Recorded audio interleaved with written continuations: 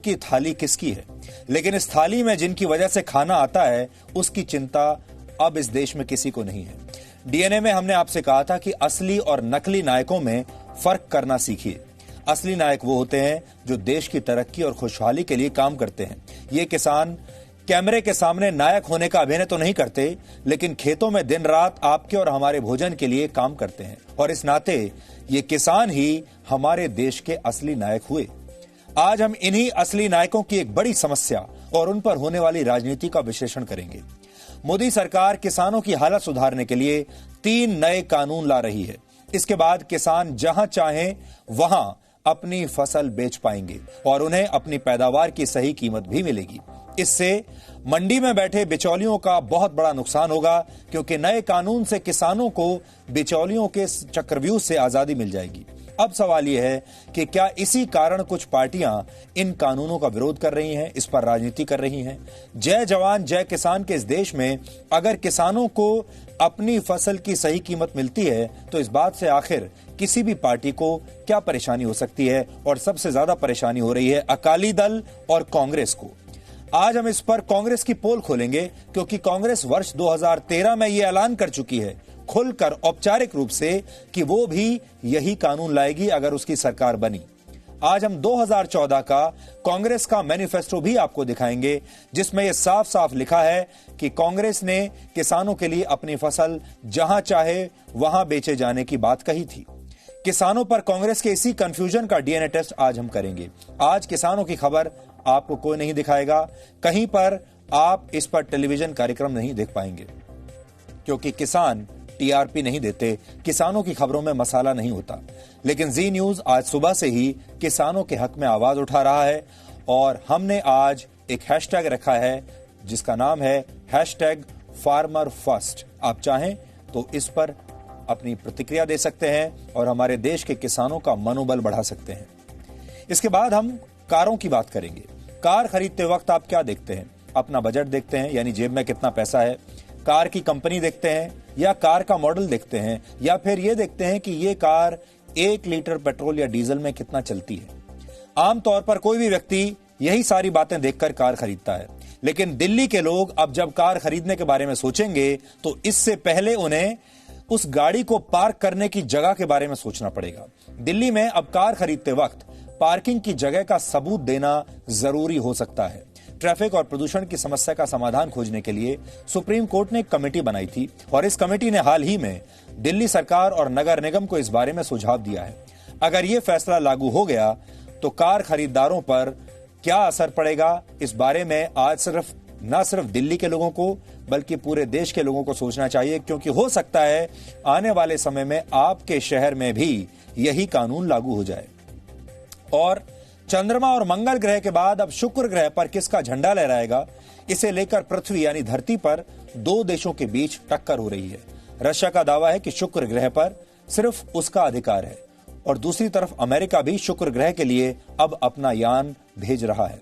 यहां हमारे लिए गर्व करने वाली बात यह है कि अमेरिका और रशिया ही नहीं, भारत भी अपना शुक्रयान मिशन भेजने वाला है।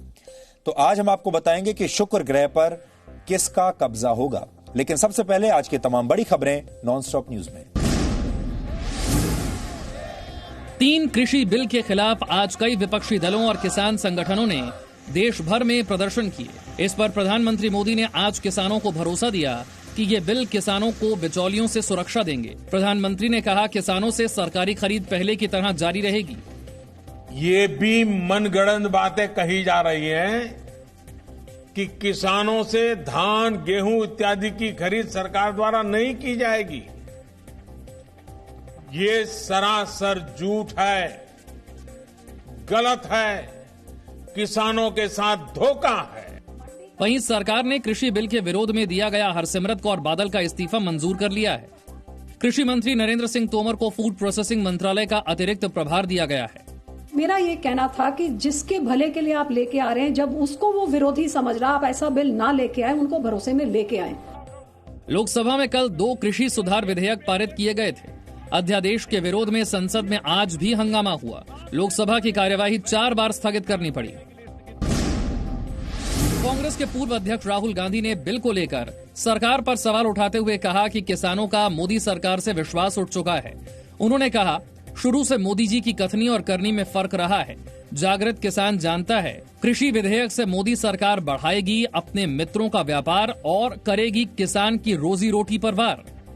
सरकार की तरफ से जवाब देते हुए केंद्रीय कृषि मंत्री नरेंद्र तोमर ने कहा कि इन बिलों का वादा कांग्रेस के घोषणा पत्र में था, लेकिन कांग्रेस ने करने की हिम्मत नहीं की। मोदी जी ने कर दी। कुछ लोग निजी स्वार्थों के कारण राजनीतिक व्यवस्था के कारण लोगों को गुमराह करने की एक असफल कोशिश कर रहे हैं। समाजवादी पार्टी ने भी बिल को किसानों के खिलाफ सरकार का षड्यंत्र बताया। जितने ये बिल हैं सब, ये बिल्कुल किसानों को मजदूर बनाकर रखेंगे और सारी जमीनों पर बड़े बड़े फार्म बना के स्वयं खेती करने लगेंगे। अगर यही रहा तो देखिए। लोकसभा में पीएम केयर्स फंड को लेकर काफी हंगामा हुआ। केंद्रीय वित्त राज्य मंत्री अनुराग ठाकुर ने पीएम केयर्स फंड का बचाव करते हुए जवाहरलाल नेहरू और सोनिया गांधी पर टिप्पणी की। नेहरू जी ने कह दिया पीएम नेशनल रिलीफ फंड बना दो। 1948 से लेकर आज तक उसकी रजिस्ट्रेशन तक नहीं हो पाई। आपने केवल एक परिवार, गांधी परिवार के लिए वो ट्रस्ट बनाए थे। इसकी विस्तार में चर्चा होनी चाहिए। दूध का दूध, पानी का पानी हो। देश को आपका असली चेहरा नजर आना चाहिए सर इसके ऊपर। इसी बयान पर कांग्रेस ने हंगामा शुरू कर दिया। हंगामे की वजह से लोकसभा की कार्यवाही चौथी बार रोकनी पड़ी। मैं सदन की कार्यवाही आधे घंटे के लिए स्थगित करता हूं। हंगामे के बाद केंद्रीय मंत्री अनुराग ठाकुर ने कहा कि उनका इरादा किसी की भावनाओं को ठेस पहुंचाना नहीं था। अगर किसी को ठेस पहुंची है तो उन्हें भी इस बात की पीड़ा है। प्रधानमंत्री मोदी ने वीडियो कॉन्फ्रेंसिंग के जरिए बिहार में कोसी रेल महासेतु का हरी झंडी दिखाकर उद्घाटन किया। इसके साथ 12 रेल परियोजनाओं का भी शुभारंभ किया। कोसी महासेतु से कोसी क्षेत्र और मिथिलांचल सीधा रेल मार्ग से जुड़ गया है। साथियों, आज बिहार में रेल कनेक्टिविटी के क्षेत्र में नया इतिहास रचा गया है। वर्तमान में निर्मली से सरायगढ़ का रेल सफर करीब करीब 300 किलोमीटर का होता है। 300 किलोमीटर की ये दूरी सिर्फ 22 किलोमीटर में सिमट जाएगी। कोरोना के वक्त में रेलवे कर्मचारियों के योगदान की प्रधानमंत्री मोदी ने प्रशंसा की। पीएम मोदी ने कहा कि देश के लाखों श्रमिकों को श्रमिक स्पेशल ट्रेनों के माध्यम से सुरक्षित घर पहुंचाने के लिए रेलवे ने दिन रात एक कर दिया था। इस उद्घाटन समारोह में केंद्रीय रेल मंत्री पीयूष गोयल, केंद्रीय कानून मंत्री रविशंकर प्रसाद के साथ साथ बिहार के मुख्यमंत्री नीतीश कुमार और डेप्यूटी सीएम सुशील कुमार मोदी भी मौजूद रहे। उत्तर प्रदेश सरकार ने सरकारी विभागों में खाली पड़े पदों को 6 महीने के अंदर भरने का लक्ष्य बनाया है। मुख्यमंत्री योगी आदित्यनाथ ने प्रदेश में सभी विभागों के खाली पदों का ब्यौरा मांगा है। मुख्यमंत्री ने विभागों को निर्देश दिए हैं कि 3 महीने के अंदर भर्ती प्रक्रिया शुरू की जाए और 6 महीने के अंदर नियुक्ति पत्र बांट दिए जाएं। सभी विभागों से आज और कल में ये आंकड़े जुटा लिए जाएं और जुटवा करके हमें उपलब्ध करवा दें। जितनी भी भर्तियां होनी उन भर्ती की प्रक्रिया को पूरा करने की तैयारी इसमें हर हाल में हो जाए। मुख्यमंत्री योगी आदित्यनाथ ने उत्तर प्रदेश के सभी भर्ती बोर्ड के अध्यक्षों को फैसले लेने की प्रक्रिया को तेज करने के निर्देश दिए हैं। उत्तर प्रदेश में योगी सरकार धोखे से धर्मांतरण रोकने के लिए जल्द ही अध्यादेश ला सकती है। यूपी सरकार के अफसर इसके लिए उन राज्यों के कानून का अध्ययन कर रहे हैं जहां धर्मांतरण विरोधी कानून लागू है। यूपी में लव जिहाद के जरिए महिलाओं के धर्मांतरण के मामले बढ़ने के बाद सरकार इस पर गंभीरता से विचार कर रही है। बहुत सी घटनाओं में एनएसए कार्यवाही हुई, एनएसए लगाया गया। ये कानून के रूप में आएगा या किस रूप में आएगा, मैं सिर्फ इतना कह सकता हूं कि सरकार इसको लेकर गंभीर है। विपक्ष ने आरोप लगाया है कि यूपी सरकार कई कानून लेकर आई है, लेकिन महिलाओं पर अत्याचार नहीं रुक रहे। कानून पे कानून, कानून पे कानून, फिर कानून पे कानून। सरकार ये बताइए, इस प्रदेश में महिलाओं पे अत्याचार कब कम होगा? प्रसिद्ध कवि सुदामा पांडे उर्फ धूमिल की एक कविता है जिसका नाम है रोटी और संसद। इसमें उन्होंने लिखा है, एक आदमी रोटी बेलता है, एक आदमी रोटी खाता है, एक तीसरा आदमी भी है जो ना रोटी बेलता है ना रोटी खाता है, वो सिर्फ रोटी से खेलता है। मैं पूछता हूं, ये तीसरा आदमी कौन है? मेरे देश की संसद मौन है। 70 साल से देश की संसद इस सवाल पर मौन रही है कि वो तीसरा आदमी कौन है जो रोटी से खेलता है। किसान जो प्याज 5 रुपए किलो में बेचता है, वो हमारी थाली तक पहुंचते पहुंचते 100 रुपए किलो कैसे हो जाता है? और बीच के 95 रुपए किसकी जेब में चले जाते हैं? देर से ही सही, देश की संसद में इस सवाल पर बहस शुरू हो गई है, हालांकि 70 साल लेट है। प्रधानमंत्री नरेंद्र मोदी ने सत्ता में आने के बाद जो सबसे बड़े वादे किए थे, उनमें से एक था वर्ष 2022 तक किसानों की आमदनी को दुगना करना। देश में खेती की जो हालत है, कृषि की जो हालत है, उसे देखते हुए यह लक्ष्य असंभव सा लगता है और ज्यादातर लोगों को यही लगता है कि ऐसा तो हो ही नहीं सकता। इस देश में किसान की स्थिति कभी सुधर ही नहीं सकती। लेकिन मोदी सरकार यह कह रही है कि अगर खेती से जुड़े कुछ पुराने कानूनों में बदलाव कर दिए जाएं, तो किसानों की आमदनी दुगनी हो सकती है। इसके लिए सबसे पहले जरूरी है कि किसानों को देश में कहीं भी अपनी फसल बेचने की छूट दी जाए और इसे ही वन नेशन वन मार्केट कहा जा रहा है, यानी एक देश एक बाजार। मोदी सरकार ने एक काम शुरू किया तो विपक्ष ने इसका विरोध करना शुरू कर दिया। विपक्ष का कहना है कि इससे किसान बर्बाद हो जाएंगे और कृषि पर प्राइवेट कंपनियों का कब्जा हो जाएगा। विपक्ष के नेता ही नहीं, एनडीए में बीजेपी की सबसे पुरानी और भरोसेमंद सहयोगी अकाली दल भी इस बिल के विरोध में है। अकाली दल की हरसिमरत कौर बादल ने कल इस मुद्दे पर केंद्रीय मंत्रिमंडल से इस्तीफा दे दिया था। आपने अखबारों में पढ़ लिया होगा। आज इस बहस में आपको सबसे पहले हम प्रधानमंत्री नरेंद्र मोदी का आज का बयान सुनाना चाहते हैं। प्रधानमंत्री का कहना है कि दशकों तक देश पर राज करने वाली पार्टी किसानों को गुमराह कर रही है। ये विधेयक किसानों के लिए रक्षा कवच बनकर के आए हैं, लेकिन कुछ लोग, जो लोग दशकों तक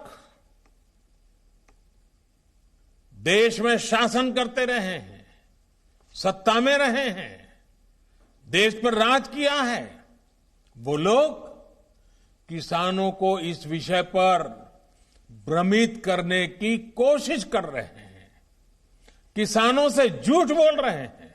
ये दुष्प्रचार किया जा रहा है कि सरकार के द्वारा किसानों को एमएसपी का लाभ नहीं दिया जाएगा। ये भी मनगढ़ंत बातें कही जा रही हैं कि किसानों से धान, गेहूं इत्यादि की खरीद सरकार द्वारा नहीं की जाएगी। ये सरासर झूठ है, गलत है, किसानों के साथ धोखा है।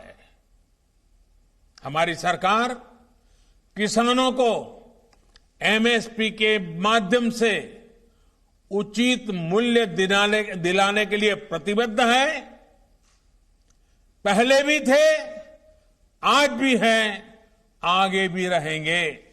मैं आज देश के किसानों को बड़ी नम्रतापूर्वक अपनी बात बताना चाहता हूं, संदेश देना चाहता हूं। आप किसी भी तरह के भ्रम में मत पड़िए। इन लोगों से देश के किसानों को सतर्क रहना बहुत जरूरी है। वो लोग बिचौलियों का साथ दे रहे हैं, वो लोग किसानों की कमाई को बीच में लूटने वालों का साथ दे रहे हैं। किसानों को अपनी उपज देश में कहीं पर भी किसी को भी बेचने की आजादी देना बहुत ऐतिहासिक कदम है। वैसे तो ज्यादातर टीवी चैनल्स पर आपको किसानों की बात कोई करता हुआ मिलेगा ही नहीं, क्योंकि किसानों में टीआरपी नहीं है। किसानों को शायद लोग देखना नहीं चाहते। किसानों की समस्या पढ़ने के लिए ठीक है, अखबार में खबर आ गई कि कुछ किसानों ने आत्महत्या कर ली, उस पर राजनीति करने के लिए ठीक है, धरने प्रदर्शन करने के लिए ठीक है, लेकिन न्यूज चैनल्स पर आपको कभी किसानों के बारे में बात होते हुए दिखेगी नहीं। न्यूज चैनल्स में कितने डिबेट होते हैं, लेकिन उनमें भी किसानों के मुद्दे कभी नहीं उठाए जाते, क्योंकि किसानों की इस खबर में ग्लैमर नहीं है, किसानों की इस खबर में टीआरपी नहीं है। और हम आज ये बहुत बड़ा जोखिम उठा रहे हैं, बहुत बड़ा रिस्क ले रहे हैं कि आज सबसे पहले आपसे किसानों की बात कर रहे हैं। और हमें पूरा यकीन है कि इस बात का जी न्यूज को टीआरपी के मामले में बहुत नुकसान होगा, जरूर नुकसान होगा, लेकिन भरोसे के मामले में बहुत फायदा होगा, क्योंकि हम जानते हैं आप बहुत भरोसे के साथ हमें देखते हैं और देश की जो सबसे बड़ी समस्याएं हैं उन्हें उठाना हमारा कर्तव्य है। और आज हम आपसे यह भी कहना चाहते हैं कि इस देश के जो असली नायक हैं वो या तो जवान हैं और या किसान हैं। इसीलिए तो कहते हैं जय जवान जय किसान। लेकिन दुर्भाग्य यह है कि हमारे देश में ना तो कोई किसानों की बात करता है और ना ही जवानों की बात करता है, और कहने को हम ये नारा लगा देते हैं जय जवान जय किसान। इसलिए आज किसानों की बात करना जरूरी है। और अगर आप किसी को नायक मानते हैं, किसी को हीरो मानना ही चाहते हैं, तो किसानों की एक्टिंग करने वाले हीरोज को छोड़कर असली किसानों को अपना नायक मानना शुरू कीजिए। प्रधानमंत्री मोदी जो बात कह रहे हैं उसे हम आपको एक उदाहरण के जरिए समझाएंगे। आपने देखा होगा जब दिल्ली में आप या किसी भी बड़े शहर में, अगर आप दिल्ली, मुंबई, बेंगलोर, चेन्नई जैसे शहर में रहते हैं, वहां आप 100 रुपए किलो प्याज खरीद रहे होते हैं, तो उसी समय उत्तर प्रदेश, हरियाणा, पंजाब या महाराष्ट्र के खेतों में कहीं पर प्याज पड़ी हुई सड़ रही होती है और प्याज को कोई खरीदार भी नहीं मिलता। बहुत सारी तस्वीरें आपने इससे पहले देखी होंगी। आपको ये जानकर आश्चर्य होगा कि उत्तर प्रदेश के सहारनपुर का कोई किसान अपने पड़ोसी राज्य हरियाणा के यमुनानगर में जाकर अपनी फसल नहीं बेच सकता। उसे अपनी फसल को अपने ही जिले की मंडी समिति को बेचना पड़ता है। यही अभी तक का कानून रहा है। मंडियों में बिचौलियों का एक जाल होता है जिसमें किसान फंस जाते हैं। हर मंडी में बिचौलियों का कब्जा होता है और किसान उसके सामने बड़ा असहाय रहता है। जो किसान इस समय हमें देख रहे हैं वो इस बात को समझ जाएंगे, इस दर्द को समझेंगे। इस जाल में जब किसान फंस जाता है तो उसके कारण कई बार उसकी फसल अच्छे दामों पर बिक नहीं पाती, या अगर बिकती भी है तो बहुत कम दामों पर बिकती है। और ये बिचौलिए ही किसानों के बाद में मालिक बन जाते हैं और कई बार किसान इन्हीं से कर्ज लेते हैं। हमारे देश के जो गरीब किसान हैं वो बैंकों से कर्ज लेने में कतराते हैं और वो अक्सर इन बिचौलियों से ही कर्जा ले लेते हैं। फसल आने से पहले ही बिचौलियों से कर्जा ले लेते हैं और फिर उस कर्ज के बोझ में दब जाते हैं। इस कर्ज से बाहर निकलना किसानों के लिए कई बार बहुत मुश्किल हो जाता है और फिर किसानों की आत्महत्या के जो मामले हम सुनते हैं, देखते हैं, पढ़ते हैं, उनमें बहुत सारे मामले इस कर्ज से ही जुड़े होते हैं, क्योंकि किसान कर्ज तो ले लेता है लेकिन चुका नहीं पाता। मोदी सरकार ने इसी व्यवस्था को अब समाप्त कर दिया है और इसके लिए सरकार ने 3 नए विधेयक बनाए हैं जिन्हें लेकर अब राजनीतिक विवाद हो रहा है, राजनीति हो रही है। पहले तो आप ये समझिए ये 3 विधेयक क्या हैं, इनमें क्या लिखा है। पहला बिल एग्रीकल्चर मार्केट के बारे में है। यह बिल किसानों को यह पूरी छूट देता है कि वो अब अपनी फसल जहां चाहें वहां बेच सकते हैं। दूसरा बिल कॉन्ट्रैक्ट फार्मिंग के बारे में है और यह बिल किसानों को यह छूट देता है कि वो एग्री बिजनेस कंपनियों के साथ कॉन्ट्रैक्ट करके अपनी फसल उन्हें बेच सकते हैं। यानी वो प्राइवेट कंपनियों के साथ अब कॉन्ट्रैक्ट कर सकते हैं तमाम किसान और उन्हें अपनी फसल बेच सकते हैं, जिससे उन्हें अच्छा पैसा मिलेगा। तीसरा बिल है आवश्यक वस्तु अधिनियम यानी एसेंशियल कमोडिटीज एक्ट, जिसमें अनाज, दालों, प्याज और आलू जैसी चीजों को आवश्यक वस्तुओं की श्रेणी से बाहर रखने की बात की गई है। ये 3 अहम बिल हैं जो बहुत ही क्रांतिकारी बिल हैं। ये तीनों बिल लोकसभा में पास हो चुके हैं। अब इन्हें राज्यसभा में पेश किया जाएगा और वहां से पास होने के बाद ये कानून बन जाएंगे। कांग्रेस समेत लगभग पूरा विपक्ष और अकाली दल इसका विरोध कर रहे हैं।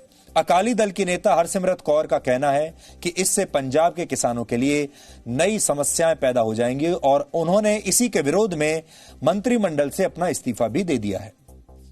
तो आप बनाया है आपने, हो सकता है ये बिचौली जहां पे एमएसपी नहीं मिलती है उन राज्यों के लिए बहुत अच्छा है, लेकिन पंजाब के किसानों में शंका ये है कि जब पूंजीपति आएंगे और अपनी मंडियां खोलेंगे उनको कोई सरकारी टैक्स नहीं देना पड़ेगा, तो जो 9% टैक्स सरकार कमा के ये सरकारी ढांचा चलाती है, जब वही 9% टैक्स जब पूंजीपति आके किसान को 100-200 रुपए ज्यादा देंगे और इस लालच में किसान उनके पास जाने लग जाएगा, धीरे धीरे 1, 1.5, 2, 3 साल में जब पैसे नहीं होंगे, सरकारी ढांचा खत्म हो जाएगा और सब पूंजीपति के कॉर्पोरेटाइजेशन जब हो जाएगी, तब किसान के ऊपर जो दबाव पड़ेगा, किसान उनके आगे मजलूम और मासूम बन के एक रह जाएगा। उन्हें किसानों से माफी मांगती हूँ, मेरी कमी रह गई कि मैं आपकी बात अपनी सरकार को नहीं मना सकी, उनको नहीं समझा सकी कि ये कितनी बड़ी चिंता आपके मन में है। ये मेरी कमी रही, मैं इसमें फेल हुई और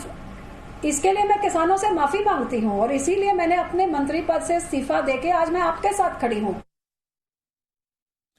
किसानों से जुड़े इस बिल को लेकर एनडीए में फूट पड़ गई है।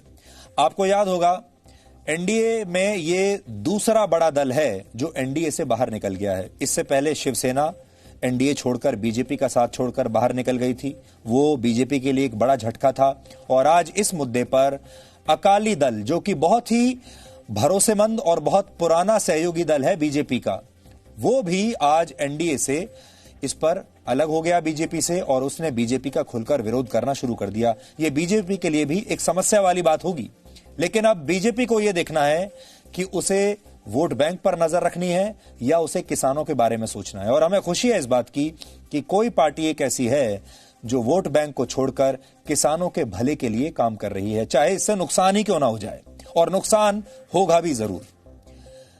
लेकिन एनडीए में जो फूट पड़ी है, इससे कांग्रेस बहुत खुश है। कांग्रेस को लग रहा है कि इस मुद्दे पर सरकार को अब दबाव में लाया जा सकता है और राहुल गांधी ने आज सोशल मीडिया पर लिखा है कि किसानों का विश्वास मोदी सरकार से उठ चुका है। इस बारे में कांग्रेस पार्टी के नेता रणदीप सिंह सुरजेवाला का बयान आज आप सबको सुनना चाहिए। प्रधानमंत्री मोदी जी झूठे हैं, किसान विरोधी हैं, खेत मजदूर विरोधी हैं, खेत खलिहान पर आक्रमण बोल रहे हैं। सच्चाई ये है कि खेती खाएं, किसान को सताएं, मजदूर को रुलाएं, पूंजीपतियों को पैसा कमाएं तो नरेंद्र मोदी कहलाएं। मोदी जी, आप मुट्ठी भर पूंजीपतियों के हाथ खेती और किसानी को गिरवी रखना चाहते हैं, ये नामंजूर है। संसद से सड़क तक कांग्रेस पार्टी संघर्ष को लेकर संकल्पबद्ध है। इस बात को सुनिश्चित रहिए, हम इस सरकार की ईंट से ईंट बजा देंगे, पर किसानों के ऊपर इस काले कानून का साया पड़ने से जब तक आखिरी कतरा हमारे अंदर खून का है, हम इसके लिए राहुल गांधी जी और सोनिया गांधी जी के नेतृत्व में लड़ते रहेंगे। Congress one nation one market यानी एक देश एक बाजार के सिस्टम का विरोध कर रही है। आपको याद होगा, हमारे देश में इससे पहले एक देश एक कानून की मांग भी बहुत पुरानी रही है। लोग ये मांग करते रहे हैं कि एक देश में एक ही कानून होना चाहिए। जम्मू कश्मीर को लेकर भी लोगों की यही नाराजगी थी, क्योंकि जम्मू कश्मीर में अलग कानून चलता था, यानी एक देश में एक कानून होना चाहिए। उसी तरह एक देश एक बाजार होना चाहिए, लेकिन कांग्रेस को यह पसंद नहीं आ रहा और उसके विरोध में कितनी गंभीरता है आज हम आपको बताएंगे। आज कांग्रेस पार्टी के पोल हम आपके सामने खोल देंगे और कई बार हमें ऐसा लगता है कि कांग्रेस पार्टी के नेता जब पूरा यू टर्न करते हैं पुराने अपने बयानों से, जब अपने किसी मुद्दे पर अपने विचारों को बिल्कुल बदल देते हैं, दिन और रात के बराबर ऐसा बदल देते हैं, तो क्या ये लोग एक बार भी ये होमवर्क नहीं करते कि इन्होंने पिछले साल क्या कहा था, पिछले चुनावों में क्या कहा था, इनकी सरकारों ने, पार्टी ने औपचारिक ऐलान क्या किए थे? क्या ये सब कुछ भूल जाते हैं? आज हम कांग्रेस पार्टी की याददाश्त पर कुछ चोट करेंगे ताकि कांग्रेस पार्टी के नेताओं को याद आ जाए। और याददाश्त उनकी इतनी खराब हो चुकी है कि 2020 में उन्हें 2019 का ही याद नहीं है, यानी एक साल पुरानी बात भी उन्हें याद नहीं है कि उन्होंने एक साल पहले अपने घोषणा पत्र में क्या लिखा था। या तो वो अपना घोषणा पत्र पढ़ते ही नहीं है या फिर उनका घोषणा पत्र कहीं बाहर से बन के आता है। हम आपको कांग्रेस के वर्ष 2019 यानी पिछले साल और 2014 के घोषणा पत्र आज दिखा रहे हैं, जिनमें कांग्रेस ने ऐसे ही कानून का साफ साफ वादा किया था। पहले हम कांग्रेस पार्टी को पिछले साल का घोषणा पत्र दिखाते हैं। एक साल पुरानी बात है सिर्फ। इसमें कांग्रेस ने वादा किया था कि वो सत्ता में आने के बाद एग्रीकल्चरल प्रोड्यूस मार्केट कमेटी यानी एपीएमसी एक्ट को समाप्त कर देगी, ताकि किसान अपनी मर्जी से कहीं भी फसल बेच पाएं। किसानों पर अपनी पैदावार दूसरे राज्यों या दूसरे देशों में सीधे बेचने पर अब कोई रोक नहीं होगी। मेरे शब्द नहीं है, कांग्रेस पार्टी मुझे ना दोष दे, ये कांग्रेस पार्टी के घोषणा पत्र में अपने शब्द हैं, और अगर वो भूल गए हैं तो इसका मतलब दो ही हैं, या तो ये घोषणा पत्र कहीं बाहर से बनकर आया है, उन्होंने आउटसोर्स कर दिया होगा और फिर पढ़ने की जहमत भी नहीं उठाई होगी, या फिर ये लोग अपना ही घोषणा पत्र पढ़ते ही नहीं है। कांग्रेस के घोषणा पत्र में यह भी लिखा है कि वर्ष 1955 का आवश्यक वस्तु अधिनियम अब पुराना हो चुका है, अब उस तरह के नियंत्रण की कोई आवश्यकता नहीं है, इसलिए कांग्रेस नया कानून लाएगी जिसमें सिर्फ युद्ध जैसे हालात में ही आवश्यक वस्तु कानून को लागू किया जाएगा। अब आपको पिछले लोकसभा चुनाव के बारे में बताते हैं। 2014 के लोकसभा चुनाव, 2014 में लोकसभा चुनाव से ठीक पहले कांग्रेस की सरकार ने फलों और सब्जियों को एपीएमसी एक्ट से बाहर करने का ऐलान किया था, ताकि किसान अपनी पैदावार अब जहां चाहे वहां बेच सके। कांग्रेस ने इसे अपनी सरकार वाले राज्यों में लागू भी कर दिया था, यानी जहां जहां उसकी राज्य सरकारें थीं वहां वहां लागू भी कर दिया था। मनमोहन सिंह की सरकार ने कॉन्ट्रैक्ट फार्मिंग पर एक कमेटी बनाई थी, जिसने वर्ष 2013 में अपनी सिफारिशें दी थी। इनमें माना गया था कि किसान को कहीं भी अपनी फसल बेचने की छूट न मिलने के कारण वो बिचौलियों के जाल में फंस जाते हैं और उन्हें पैदावार का सही दाम नहीं मिलता। ये कांग्रेस के शब्द हैं, ये कांग्रेस के मैनिफेस्टो में लिखा हुआ है।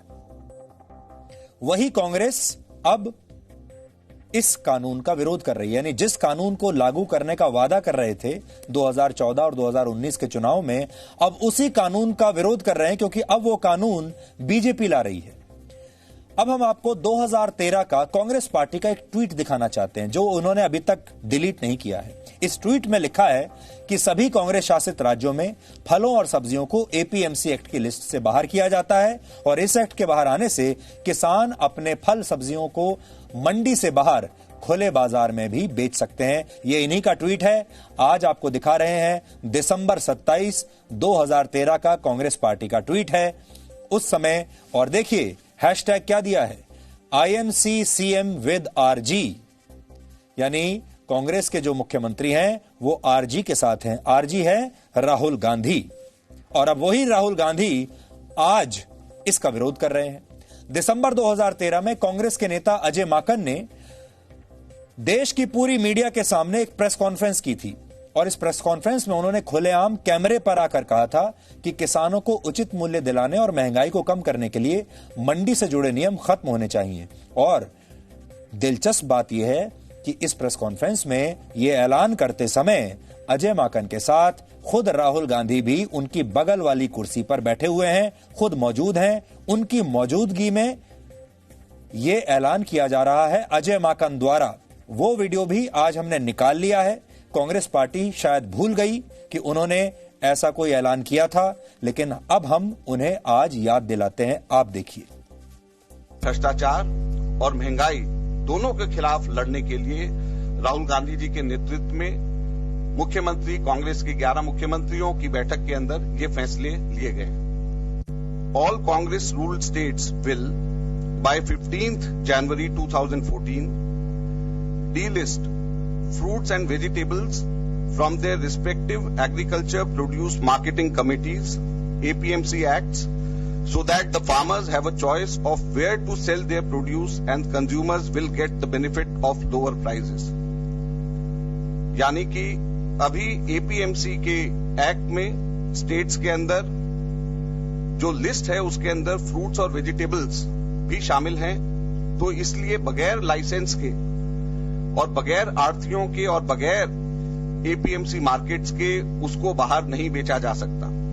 तो किसानों को सहूलियत पहुंचाने के लिए और कंज्यूमर्स को भी कम प्राइसेस देने के लिए यह तय किया गया है कि 15 जनवरी से पहले तमाम एग्रीकल्चर प्रोड्यूस मार्केटिंग कमिटीज में से फ्रूट्स और वेजिटेबल्स को लिस्ट में से हटा दिया जाएगा। 27 दिसंबर 2013 का ये उनका बयान है, औपचारिक बयान है, और ऐसा लगता है दिल्ली में उस दिन बड़ी सर्दी रही होगी। गर्म कपड़े पहन के अजय माकन ये ऐलान कर रहे हैं पूरे देश के मीडिया के सामने। और आज कांग्रेस पार्टी ने बिल्कुल यू टर्न ले लिया है और अपने उन सारे बयानों से वो बिल्कुल मुकर गई है।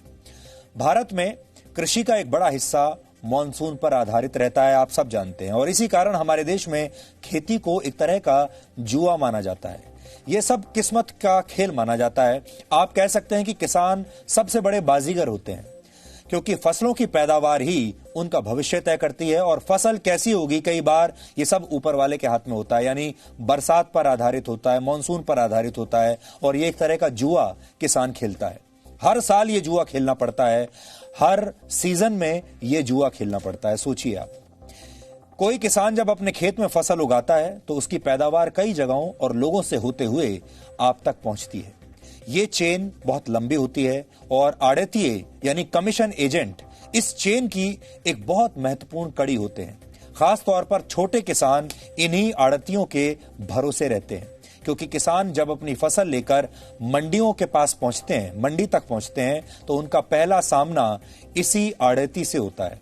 कई बार ये आड़ती बिचौलिए का काम करने लगते हैं। वो किसानों की मदद के नाम पर उन्हें कम दाम पर अपनी फसल बेचने के लिए मजबूर करने लगते हैं और किसान मजबूर हो भी जाता है, क्योंकि उसे तुरंत पैसे की जरूरत होती है।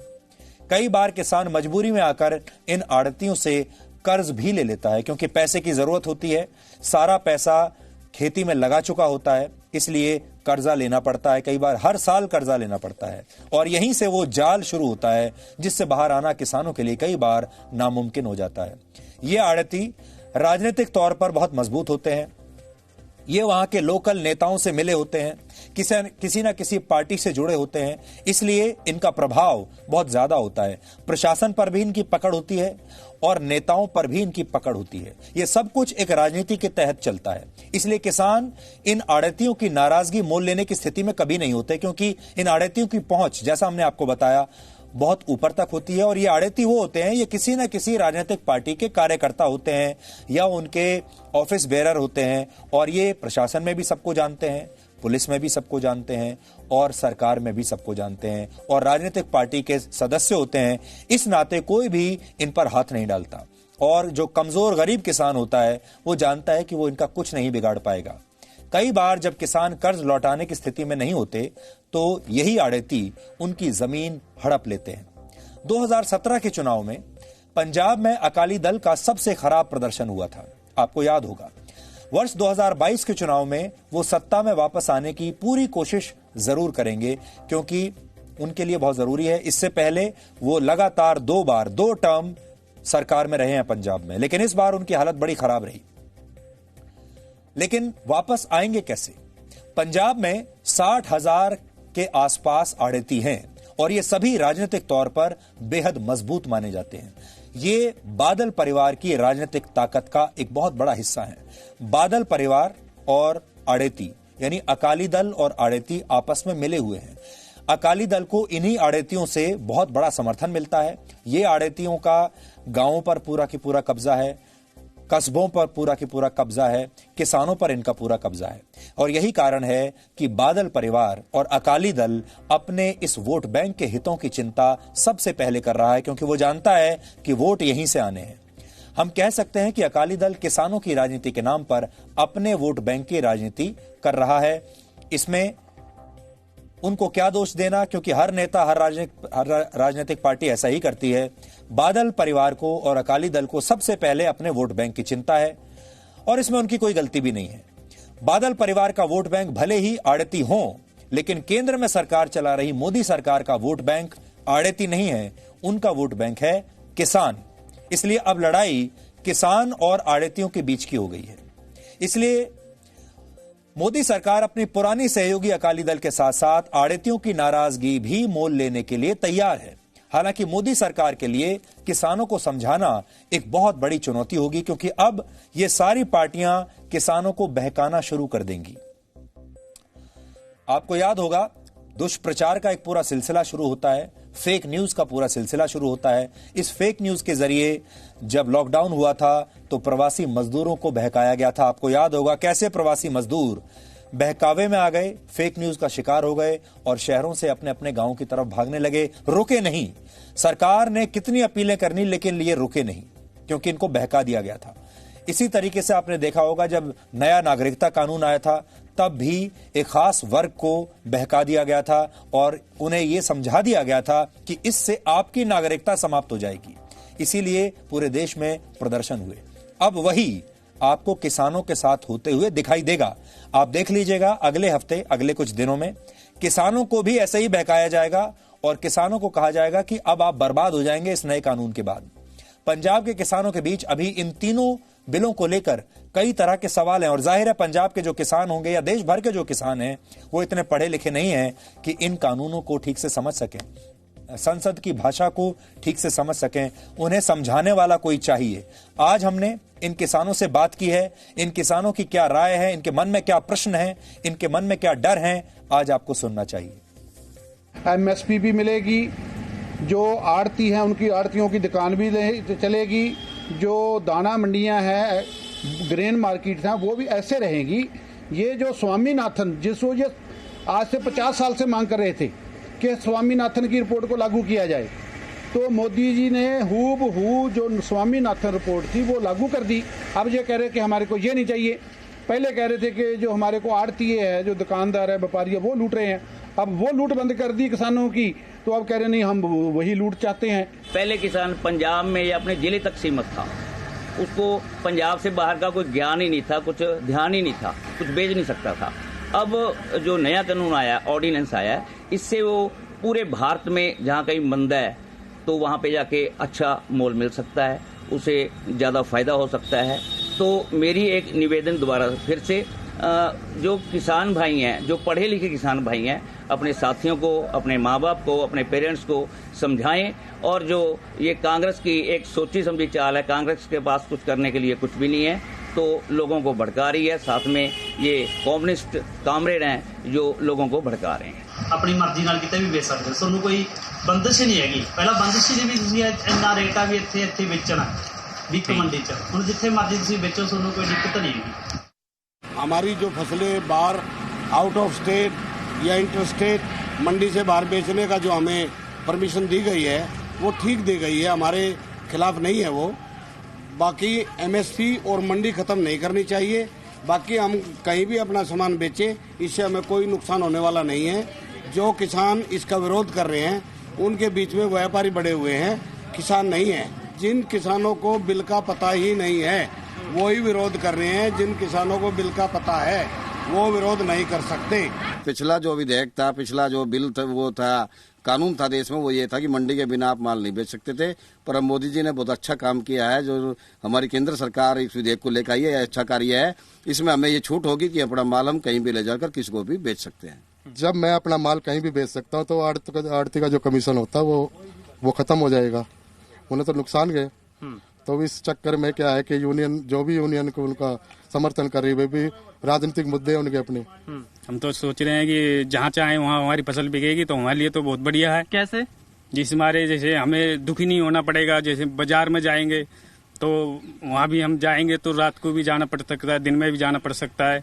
अब हमारे लिए खेत में ही बिकेगी हमारी फसल, या कहीं भी जहाँ मर्जी चाहो वहाँ बेच सकते हैं, तो बहुत अच्छा है। बीच में जैसे दलाल होते हैं, उनकी भाई दलाली खत्म होती जा रही है तो किसान को भड़का रहे, किसान उनके कहे में चल रहे हैं। जो किसान प्रदर्शन कर रहे हैं वो अधूरी जानकारी में कर रहे हैं, उनको भड़काया जा रहा है।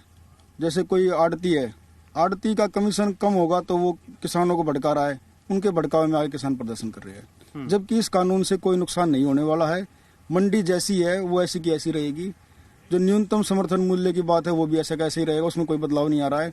सरकार तो हमारे लिए और रास्ते खोल रही है, जो रास्ता पहले था वो तो रहेगा, नए रास्ते सरकार और खोल रही है जिससे किसान का फायदा होगा। अब हम आपको बताते हैं कि इन तीनों बिलों में क्या फर्क है, ऐसा क्या है और विरोध करने वालों का क्या कहना है। सबसे पहले एग्रीकल्चर प्रोड्यूस मार्केट्स कमेटी यानी एपीएमसी से जुड़े कानून की बात करते हैं। इस कानून के बनने के बाद किसान अपनी फसल सरकारी मंडियों के अलावा दूसरे खरीदारों को भी बेच पाएंगे। मंडियों में दाम न्यूनतम समर्थन मूल्य यानी एमएसपी पर ही तय होते हैं। एमएसपी सरकार की तरफ से तय दाम होता है, आप सब जानते हैं। किसान अपने शहर से दूर दूसरे राज्यों में भी जाकर अब अपनी फसल बेच पाएंगे। ये कानून किसानों को ऑनलाइन सिस्टम से भी फसल बेचने की छूट देता है। लेकिन विपक्ष की दलील है कि केंद्र सरकार न्यूनतम समर्थन मूल्य का मौजूदा सिस्टम समाप्त करना चाहती है। इस बिल के कारण मंडी फीस के तौर पर राज्यों को जो कमाई होती है वो अब बंद हो जाएगी। विपक्ष का यह भी कहना है कि इससे मंडियों में कमीशन एजेंट्स का काम समाप्त हो जाएगा। इन्हें मंडी की भाषा में आप आड़ती के नाम से जानते हैं। अब आपको कॉन्ट्रैक्ट फार्मिंग यानी ठेके पर खेती से जुड़े कानून के बारे में बताते हैं, क्योंकि यह भी बड़ा बदलाव है। इस कानून के मुताबिक किसान सीधे किसी प्राइवेट कंपनी के साथ फसल के लिए कानूनी अनुबंध कर सकते हैं, कॉन्ट्रैक्ट कर सकते हैं। छोटे और सीमांत किसानों को भी अपनी फसल ठेके पर बेचने की पूरी छूट होगी। हमारे देश में 86% किसान छोटे किसान की श्रेणी में आते हैं, यानी जिनके पास 5 हेक्टेयर से कम जमीन होती है। किसान को बुआई की नई टेक्नोलॉजी देना अब इन कंपनियों की जिम्मेदारी होगी जिनके साथ उनका कॉन्ट्रैक्ट होगा। कॉन्ट्रैक्ट फार्मिंग के बिल का विरोध करने वालों का कहना है किसान बड़ी बड़ी कंपनियों से अपने फायदे का सौदा नहीं कर पाएंगे, कंपनियां उनका शोषण कर सकती हैं। यह भी हो सकता है कि कंपनियां सिर्फ बड़े किसानों से ही डील करें और छोटे किसानों की फसल कोई न खरीदे। ठेके पर होने वाली खेती में कानूनी विवादों की आशंका भी रहेगी और किसान कोर्ट कचहरी के चक्करों में फंसे रहेंगे।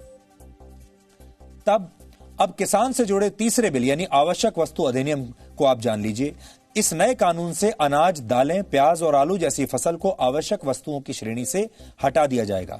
इससे किसान और व्यापारी इनका अधिक मात्रा में भंडारण कर सकेंगे, स्टॉक कर सकेंगे, इन्हें जमा कर पाएंगे, जो कि पहले वो इन्हें जमा नहीं कर पाते थे। लेकिन विरोध करने वालों का कहना है कि इससे प्याज और आलू जैसी चीजों की जमाखोरी की समस्या और बढ़ जाएगी। बड़ी कंपनियां ज्यादा मात्रा में चीजों को स्टॉक करके पहले दाम बढ़ाएंगी और फिर पूरा मुनाफा अपनी जेब में डाल लेंगी। ये उनके कुछ डर हैं। किसानों में इन विधेयकों को लेकर कई तरह के भ्रम और सवाल हैं और यही कारण है कि कई राज्यों में किसानों के विरोध प्रदर्शन अब शुरू हो चुके हैं। कई जगह किसानों को ऐसा लग रहा है कि अगर ये कानून लागू हुआ तो न्यूनतम समर्थन मूल्य का सिस्टम समाप्त हो जाएगा और किसानों का अधिकार उनकी जमीनों से छिन जाएगा। इसलिए ये विरोध प्रदर्शन शुरू हो गए हैं। अब आप देख लीजिए, यहां लोग लिख रहे हैं ब्लैक डे फॉर फार्मर्स।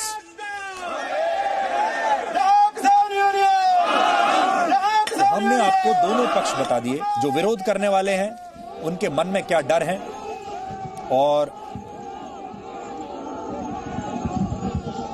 जो इसके पक्ष में है वो क्या दलील दे रहे हैं। आप यहां ये भी देख सकते हैं कि जो विरोध प्रदर्शन कर रहे हैं इनमें से ज्यादातर लोग वो हैं जो किसी न किसी राजनीतिक पार्टी से संबंध रखते हैं और ये सारे विरोध प्रदर्शन जो आपको दिख रहे हैं ये ज्यादातर राजनीतिक हैं, जिन्हें अलग अलग पॉलिटिकल पार्टी यहां पर अपना समर्थन देकर अपनी ताकत दिखाने के लिए प्रदर्शन इनसे करवा रही हैं। ये सब इन्हें लिख कर दिया गया है ताकि ये प्रदर्शन करें, फिर इनकी तस्वीर टीवी पर आएगी और फिर पूरे देश में एक माहौल बनेगा। अब हम भारत के अन्नदाता के बारे में आपको 10 बड़ी बातें बताना चाहते हैं। वर्ष 2011 की जनगणना के आंकड़ों के मुताबिक भारत में लगभग 52% लोग कृषि से जुड़े हुए हैं। 52% लोग, यानी आधे भारत से ज्यादा जो लोग हैं, लगभग आधा भारत कृषि से जुड़ा हुआ है। इसीलिए हम कहते हैं कि किसानों को आप नजरअंदाज मत कीजिए। इन 52% किसानों की 365 दिनों की मेहनत के बाद भी जीडीपी में, हमारे देश के जीडीपी में कृषि का योगदान सिर्फ 17 से 18% है। सोचिए, जहां आधा देश कृषि का काम कर रहा हो वहां जीडीपी में उसका योगदान सिर्फ 17 से 18% है। इसका मतलब कहीं ना कहीं कुछ परेशानी है, कुछ गड़बड़ है। वर्ष 2016 की एक रिपोर्ट के मुताबिक किसानों की प्रति महीने औसत कमाई हमारे देश में सिर्फ 6,400 रुपए है, यानी इनकी औसत सालाना कमाई सिर्फ 77,000 रुपए है एक साल की। भारत के 52% किसानों पर औसतन कर्ज का बोझ 1,04,000 रुपए है, यानी किसानों की औसत सालाना कमाई से ज्यादा इन पर कर्ज है। कमाई है 77,000 रुपए और कर्ज है 1 लाख के ऊपर। सिर्फ वर्ष 2019 में ही 10,000 से ज्यादा किसानों ने आत्महत्या की थी और ज्यादातर किसानों की आत्महत्या की वजह उन पर कर्ज का बोझ था। हमने आपको बिचौलियों के बारे में अभी बताया है और अक्सर इन्हीं की वजह से हमारे किसानों को किसी भी अनाज के बाजार मूल्य का सिर्फ 10% से 23% ही मिल पाता है। यानी अगर आप बाजार में चावल की कोई किस्म 100 रुपए प्रति किलो के भाव से खरीदते हैं तो किसान को उसका सिर्फ 23 रुपया ही मिल पाता है। भारत एक कृषि प्रधान देश है, लेकिन दुनिया में कृषि उत्पादों के निर्यात में भारत का हिस्सा सिर्फ 2.5% है। एक सर्वे के अनुसार भारत के गांवों में 72% युवा कृषि से जुड़े हुए हैं, लेकिन उनमें से सिर्फ 1% ही किसान बनना चाहते हैं। यानी देश का युवा भी अब किसान नहीं बनना चाहता, वो कुछ और काम करना चाहता है। देश के 76% किसान कृषि के अलावा कोई और काम करना चाहते हैं। इसकी एक बड़ी वजह कृषि में कमाई का इतना कम होना है। और अब सबसे बड़ी बात, मौजूदा लोकसभा के 38% सांसद किसान हैं। यह आश्चर्य की बात है कि भारत में हर 3 में से 1 सांसद किसान है। इसके बाद भी हमारे देश में किसानों की स्थिति इतनी खराब है। पूरी दुनिया की थाली तक भोजन पहुंचाने वाले किसान की थाली में छेद कौन करता है? यहां पर आपको एक बात समझनी होगी। आपने बॉलीवुड पर जरा सा हाथ रख दिया, बॉलीवुड में ड्रग्स की जांच शुरू कर दी, तो संसद में यह मुद्दा उठ जाता है कि जिस थाली में खाते हो उसी में छेद करते हो। बॉलीवुड की थाली में जो खा रहा है वही छेद कर रहा है। तुरंत ये बात पूरे देश में इस पर बहस होने लगती है। ये बॉलीवुड की जो थाली है, इसमें खाना कहां से आता है? ये थाली बॉलीवुड की नहीं है, ये थाली देश की है। अगर भारत की थाली के बारे में आप बात करें, आप अपनी थाली के बारे में आप बात करें, आप ऐसे बहुत सारे लोग हो सकता है इस समय डिनर कर रहे होंगे, खाना खा रहे होंगे। आपकी थाली में जो इस समय जो खाना है, या आज शाम को जो आपने जब डिनर किया, आपकी थाली में जो खाना था, वो खाना कहां से आया था, किसकी वजह से आया था? उस खाने के लिए, उस भोजन के लिए कौन सबसे ज्यादा मेहनत करता है?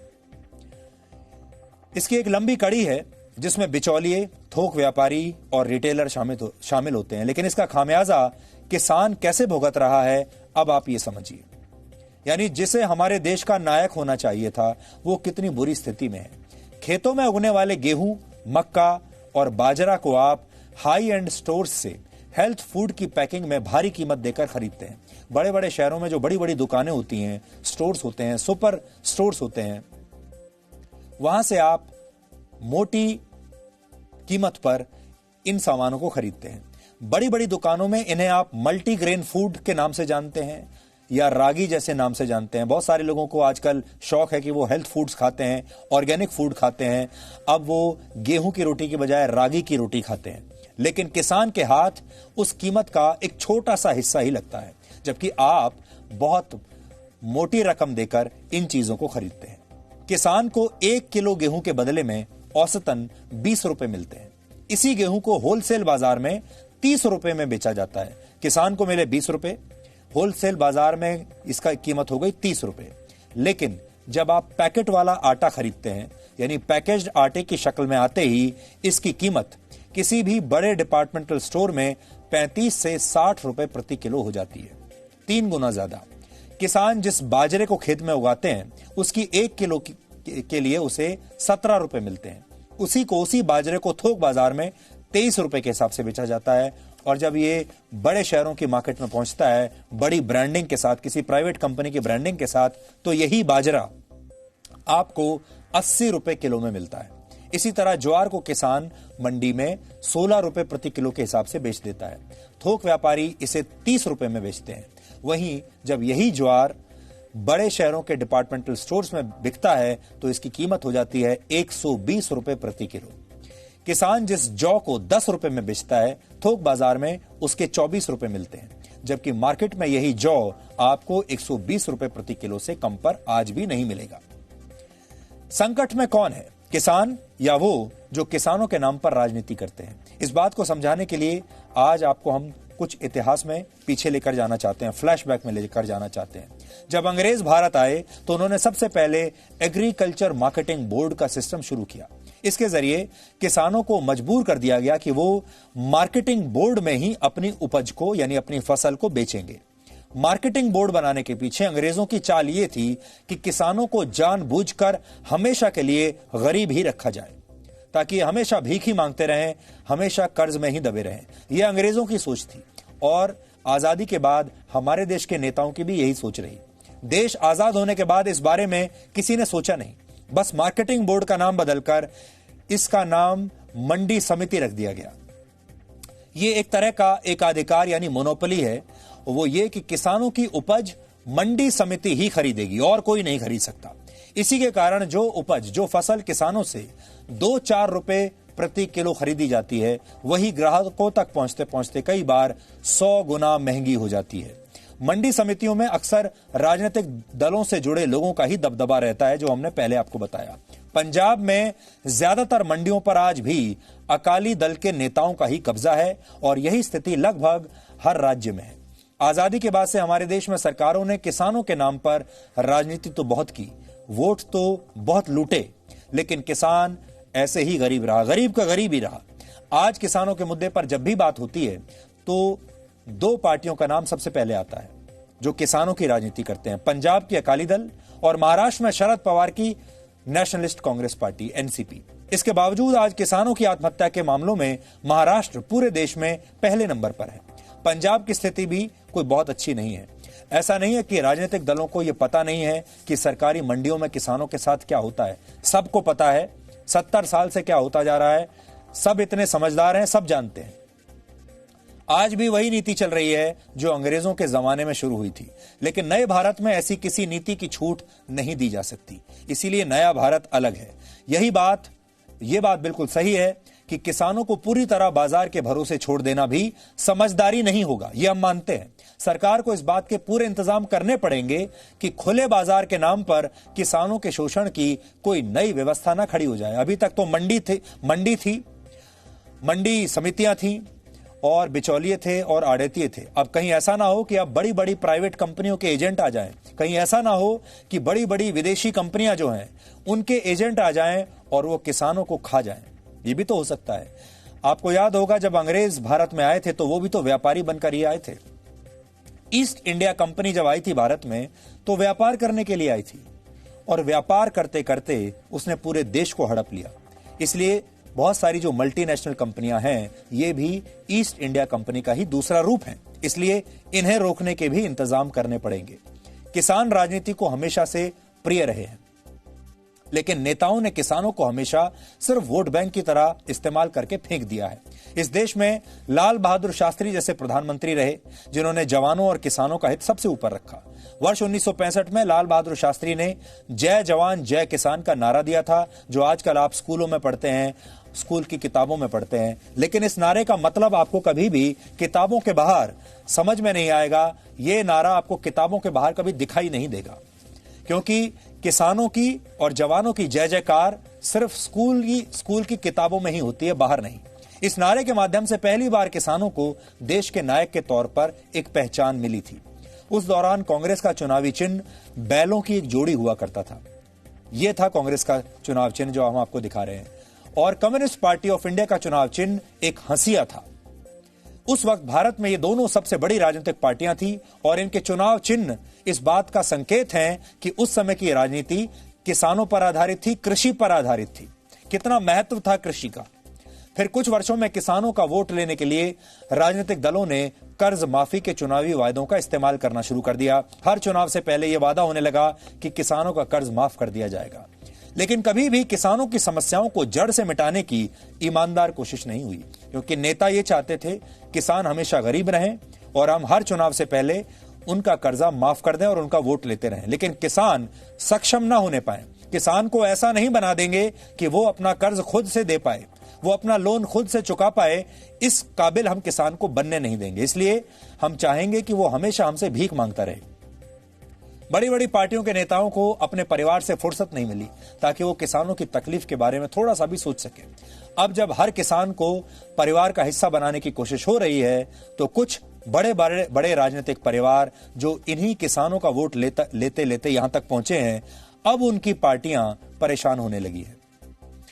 इसके बारे में आगे भी हम आपको बात करेंगे आपसे, लेकिन यहां पर 3 मिनट का एक छोटा सा ब्रेक लेना होगा और 3 मिनट के बाद हम किसानों के बारे में भी आपको बताएंगे, लेकिन हम आपको एक नए कानून के बारे में भी बताएंगे जो लागू हो सकता है।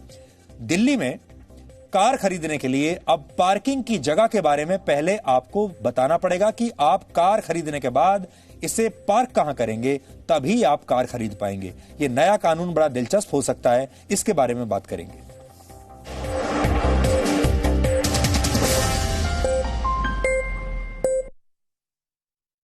के लालच में जब नेता सच पर सवाल उठाने लगे, काले को सफेद बताकर हकीकत देश से छिपाने लगे, तब जरूरी है सच के साथ हर खबर को देश हित में देश के सामने रखना।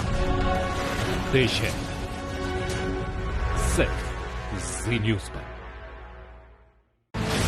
हर रोज नई सुबह की नई शुरुआत, देश दुनिया की ताजा तरीन खबरों के साथ, राजनीति की सरगर्मियां, बिजनेस वर्ल्ड की कामयाबियां, खेल की दुनिया की जीत हार, ताजा खबरों का पूरा संसार। मॉर्निंग जी रोज सुबह 8 बजे सिर्फ जी न्यूज पर। ये मेरा देश है, ये मेरे लोग हैं, ये हमारी लड़ाई है, ये हमारी जिम्मेदारी है। इसे ऐसे कैसे छोड़ दूं? क्योंकि जब आप मुस्कुराते हैं तो मैं मुस्कुराता हूं। जब आपका दिन अच्छा गुजरता है तो मैं भी सुकून से सोता हूं। नमस्कार, मैं हूं सुधीर चौधरी और डीएनए में आपका स्वागत है। ये मेरा देश है, ये मेरे लोग हैं। सपने एक स्पर्श से जगते हैं। कहते हैं ना, पहला कदम ही सफलता की सीढ़ी बनता है। Yes, I know. How can I forget that? अरे दिव्या, कितना टाइम लगेगा यार? मम्मा मेरा होमवर्क। अरे बहू, पूजा की थाली। परिवार की आशाएं बेड़ियां बनेंगी या पंख, चुनना आपको है। समय की धड़कन नहीं बदलती, समय के साथ हम बदलते हैं।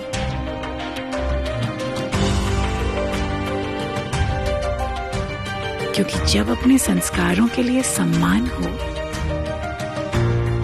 तो दुनिया झुकती है।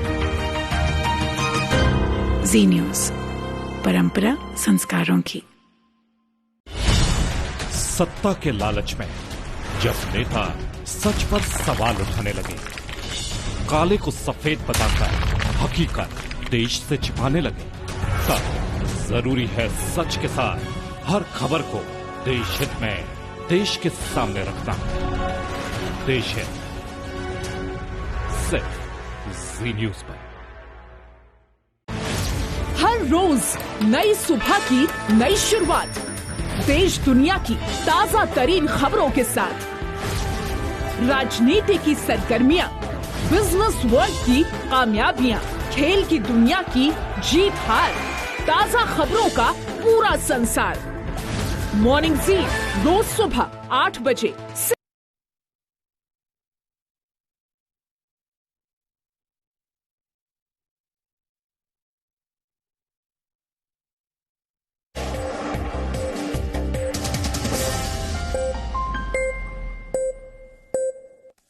आज जी न्यूज ने एक बहुत बड़ा जोखिम उठाया है, एक बहुत बड़ा रिस्क लिया है और हमें ऐसा लग रहा था कि जब हम किसानों का मुद्दा उठाएंगे तो आप सब लोग अपना टीवी बंद कर देंगे। जो लोग अपने मोबाइल फोन पर हमें देख रहे हैं या इंटरनेट पर देख रहे हैं वो भी कहीं और चले जाएंगे, किसी ऐसे चैनल पर चले जाएंगे जहां मारपीट हो रही होगी, जहां ऊंचे स्वर में एक दूसरे पर आरोप लगाए जा रहे होंगे, किसी ऐसे चैनल पर चले जाएंगे जहां पर कोई बहुत बड़ा इन्वेस्टिगेशन हो रहा होगा, किसी बहुत बड़े मुद्दे की जांच पड़ताल हो रही होगी। ऐसी जगह आप चले जाएंगे और आप हमें नहीं देखेंगे। ऐसा हमें लग रहा था क्योंकि किसानों का मुद्दा ही ऐसा है, इसमें ग्लैमर नहीं है, इसमें टीआरपी नहीं है, किसानों की बात कोई करना नहीं चाहता। और इसका सबसे बड़ा सबूत यह है कि अगर कोई करना चाहता तो 70 सालों में किसानों के जीवन में कुछ ना कुछ सुधार तो हुआ होता। नहीं हुआ है, इसका मतलब यह है कि देश में किसी की भी कोई दिलचस्पी किसान के बारे में नहीं है। लोगों को बॉलीवुड की थाली के बारे में तो दिलचस्पी है, लेकिन किसान के जीवन में क्या हो रहा है उसके बारे में किसी को कोई दिलचस्पी नहीं है।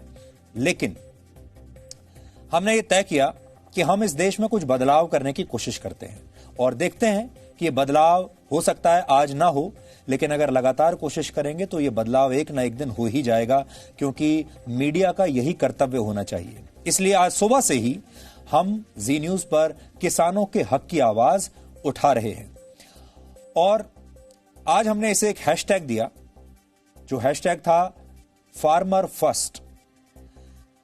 हमने ये सोचा था कि ये हैशटैग शायद ही कोई इस पर कोई ट्वीट करेगा और शायद ही कोई इसके बारे में कुछ लिखेगा, लेकिन आज आप सब ने हमें हैरान किया है और बहुत बड़ा एक कहेंगे कि एक सरप्राइज दिया है, क्योंकि ये हैशटैग अब ट्विटर का टॉप ट्रेंड बन गया है और इस समय बड़ी संख्या में इस देश के लोग फार्मर फर्स्ट हैशटैग के साथ ट्वीट कर रहे हैं। हमें बहुत खुशी है, आपका आभार व्यक्त करना चाहते हैं। इस देश के तमाम किसानों, करोड़ों किसानों की तरफ से आपको धन्यवाद देना चाहते हैं कि आपने अपने इतने व्यस्त जीवन में किसानों के इस दुख दर्द के बारे में सुनने के लिए कुछ समय निकाला, कुछ वक्त निकाला। इस देश के सारे किसान हमेशा आपके आभारी रहेंगे, आप सब लोगों के, क्योंकि आप आज उनकी बात सुन रहे हैं।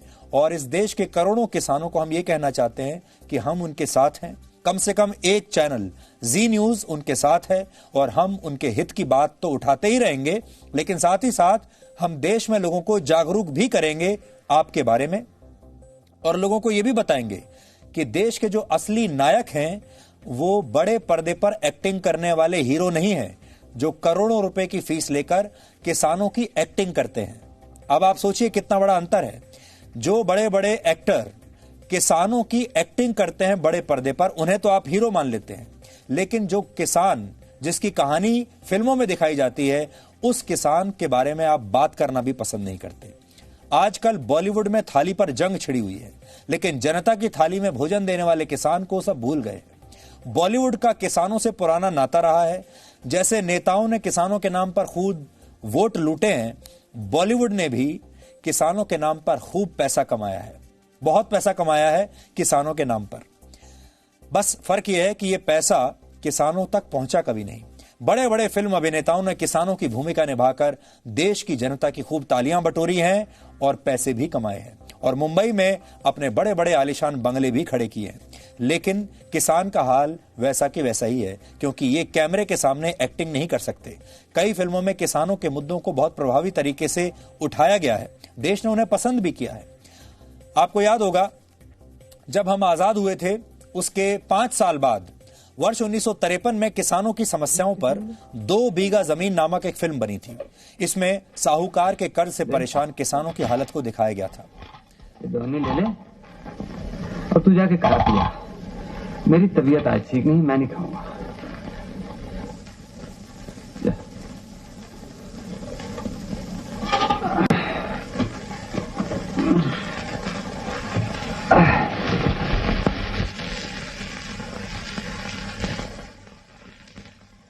इसके बाद वर्ष 1957 में किसानों के हालात पर अपने जमाने की एक बहुत बड़ी फिल्म आई। इस फिल्म का नाम था मदर इंडिया। हमारे देश में किसान और उसका पूरा परिवार ब्याज, गरीबी और मेहनत के कभी ना खत्म होने वाले चक्रव्यूह में फंसा रहता है, पूरा की पूरा परिवार। और इस फिल्म ने किसान परिवार के इसी मजबूरी को चित्रित किया था, और इस फिल्म की बड़ी तारीफ भी हुई थी, ये सुपरहिट हुई थी। फिर वर्ष 1967 में मशहूर अभिनेता मनोज कुमार की फिल्म उपकार आई। उपकार में भी किसानों की दुर्दशा दिखाई गई। इस फिल्म का नायक किसान है और वो हमेशा गरीबी से ही संघर्ष करता रहता है। ये फिल्म के गाने आज भी लोग बहुत शौक से सुनते हैं, लेकिन किसानों की हालत वैसी की वैसी ही रही। फिर वर्ष 2001 में आजादी से पहले किसानों से लगान वसूलने की समस्या पर एक और फिल्म आई थी जिसका नाम था लगान। लोगों ने इस फिल्म को बहुत पसंद किया और फिल्म को ऑस्कर नॉमिनेशन भी मिला था, और इस फिल्म को बनाया था मशहूर अभिनेता आमिर खान ने।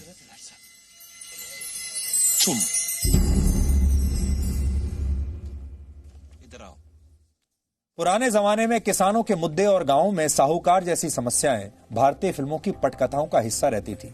आपको याद होगा 50 के और 60 के दशक में जो फिल्में आती थीं, उनमें जो खलनायक हुआ करता था या तो वो साहूकार होता था और या गांव का बड़ा जमींदार होता था जो किसानों का शोषण करता था।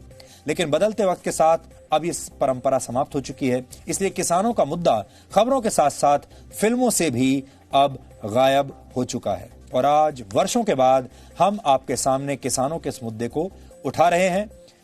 आखिर में सिर्फ आपसे यही कहेंगे कि असली नायक या तो किसान है और या जवान है।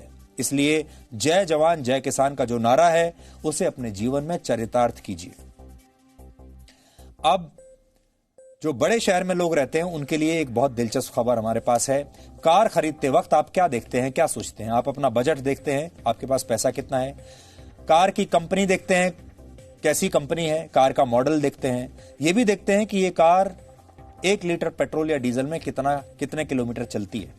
आमतौर पर कोई भी व्यक्ति यही सब देखकर गाड़ी खरीदता है, लेकिन दिल्ली के लोग अब जब कार खरीदने के बारे में सोचेंगे तो उससे पहले उन्हें उस गाड़ी को पार्क करने की जगह के बारे में सोचना पड़ेगा।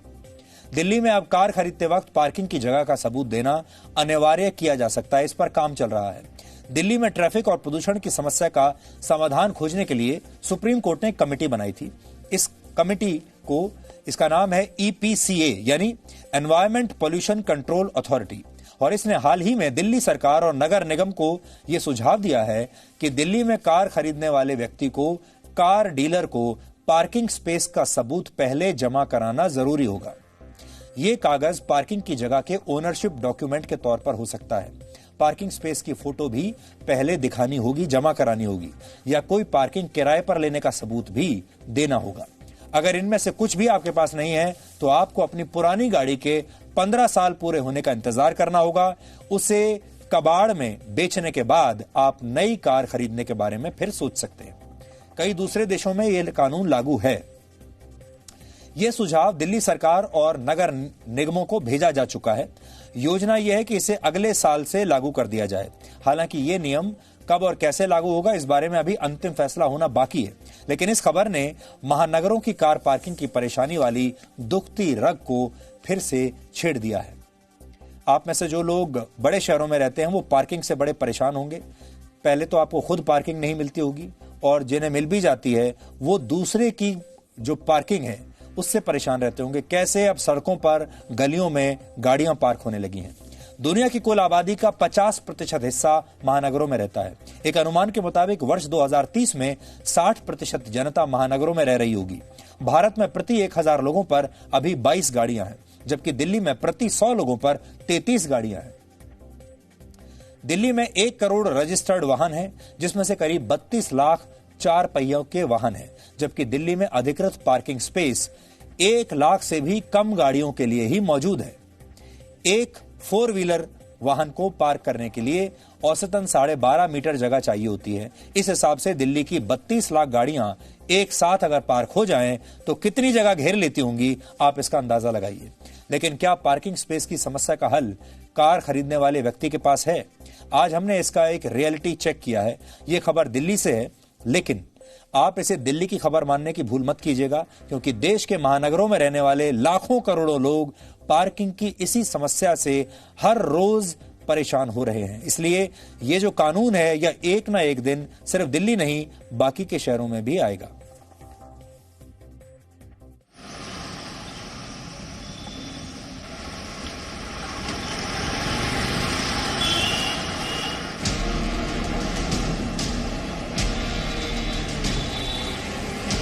देश की राजधानी दिल्ली में पार्किंग एक खोज है। सुबह घर से गाड़ी लेकर निकलते वक्त ये चिंता पहले ही हो जाती है कि वापस घर लौटने पर पार्किंग मिलेगी या नहीं। मैं गाड़ी आगे पीछे करे जा रहा हूँ सिर्फ एक ही गली में, और जहाँ मैं लगाने की कोशिश करता हूँ वहीं से कोई ना कोई बाहर आ जाए, निकल जाता है कि नहीं ये हमारी पार्किंग है, हमारी पार्किंग है। जब तक जैसे मतलब अथॉराइज पार्किंग भी नहीं है, बस उन्होंने एक एजम्पशन कर रखा कि अब मेरे घर के आगे जगह है तो मेरी पार्किंग होगी। पॉश कॉलोनियों में करोड़ों का घर लेकर रहने वालों को भी पार्किंग आसानी से नसीब नहीं होती। इस बात पर झगड़े होना, मारपीट हो जाना दिल्ली में आम बात है। ऐसे में अगर आपसे ये कह दिया जाए कि अब कार खरीदने से पहले ही पार्किंग खोज लीजिए, तो आप क्या करेंगे? इतनी जगह एलोकेटेड है पार्किंग के लिए, और जितनी नंबर ऑफ कार्स है दिल्ली में, it is next to impossible unless कि आप कोई वर्टिकल पार्किंग का कोई प्रोविजन करें area wise, colony wise. Parking की जो आई है रूलिंग, उसमें भी नंबर ऑफ कार्स जो हैं, एक एक फ्लोर में 3-3, 4-4 गाड़ियां हैं। तो आपको अगर 2 पार्किंग मिली तो 2 तो आपने स्टिल्ट में लगा ली, तो फिर भी रोड में लगेगी। तो आप उसको रोक तो सकते नहीं कि आप गाड़ी नहीं खरीदोगे। पार्किंग की जगह छिन न जाए, उसके लिए क्या क्या जतन नहीं किए जाते। सबसे अच्छा सिस्टम ये है कि हमारे यहाँ पे ग्रुप्स बने हुए हैं, तो उसके अंदर अगर किसी की भी गाड़ी आती है, किसी भी विजिटर की, किसी की भी फैमिली मेंबर की बाहर से, तो वो उस ग्रुप पे ये डाल देते हैं कि आज ये हमारे पास विजिटर आए हुए हैं। जैसे ही जो जिनकी पार्किंग स्पेस है वो आ जाएं तो बतला दें, तो हम उसको रिमूव करा देंगे। दिल्ली में बढ़ती जा रही गाड़ियों से जुड़ी समस्याओं, प्रदूषण, ट्रैफिक और पार्किंग पर सुप्रीम कोर्ट ने संज्ञान लिया तो दिल्ली में पहली बार 2019 में पार्किंग पॉलिसी बनाई गई। पिछले वर्ष 23 सितंबर को दिल्ली सरकार ने पार्किंग पॉलिसी को नोटिफाई किया। इस पॉलिसी के तहत फुटपाथ पर पार्किंग बैन की गई है।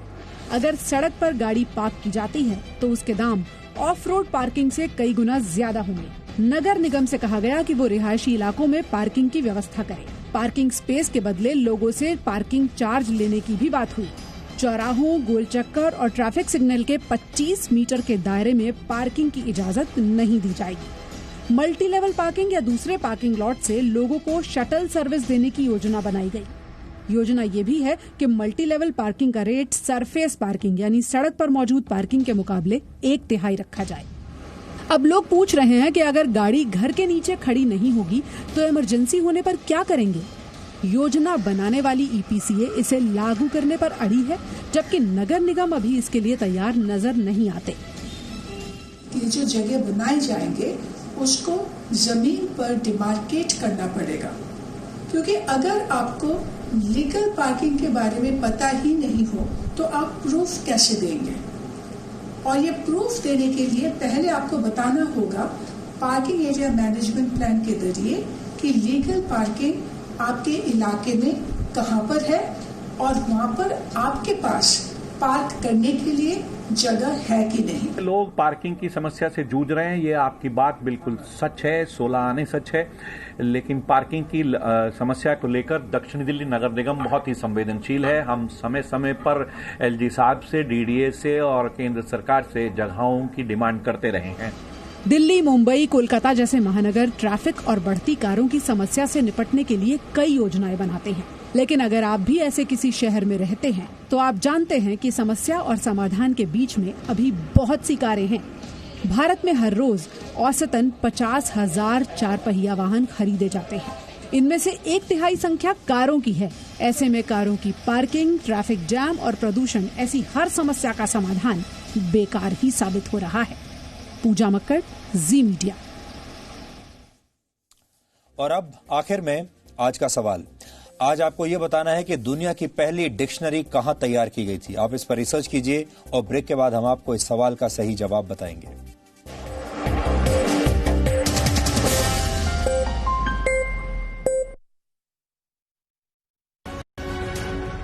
सिर्फ जी न्यूज़ पर हर रोज नई सुबह की नई शुरुआत, देश दुनिया की ताजा तरीन खबरों के साथ, राजनीति की सरगर्मियां, बिजनेस वर्ल्ड की कामयाबियां, खेल की दुनिया की जीत हार, ताजा खबरों का पूरा संसार। मॉर्निंग जी रोज सुबह 8 बजे सिर्फ जी न्यूज पर। ये मेरा देश है, ये मेरे लोग हैं, ये हमारी लड़ाई है, ये हमारी जिम्मेदारी है। इसे ऐसे कैसे छोड़ दूं? क्योंकि जब आप मुस्कुराते हैं तो मैं मुस्कुराता हूं। जब आपका दिन अच्छा गुजरता है तो मैं भी सुकून से सोता हूं। नमस्कार, मैं हूं सुधीर चौधरी और DNA में आपका स्वागत है। ये मेरा देश है, ये मेरे लोग हैं। सपने एक स्पर्श से जगते हैं। कहते हैं ना, पहला कदम ही सफलता की सीढ़ी बनता है। Yes, I know. How can I forget that? अरे दिव्या, कितना टाइम लगेगा यार? मम्मा मेरा होमवर्क। अरे बहू, पूजा की थाली। परिवार की आशाएं बेड़ियां बनेंगी या पंख, चुनना आपको है। समय की धड़कन नहीं बदलती, समय के साथ हम बदलते हैं।